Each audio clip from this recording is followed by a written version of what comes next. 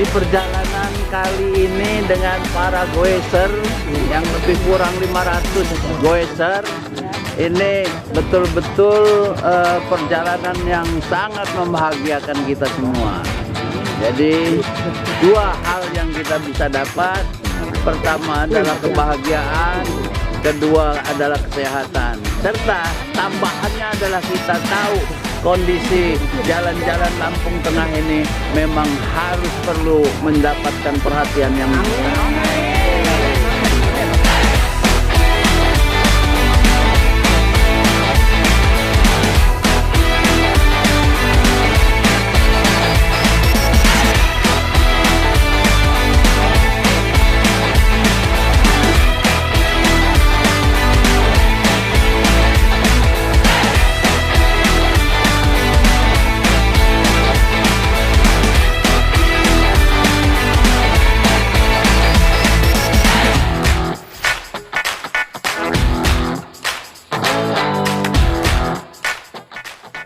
Dengan kita berolahraga, stamina kita kuat, imunitas badan kita juga akan terjaga.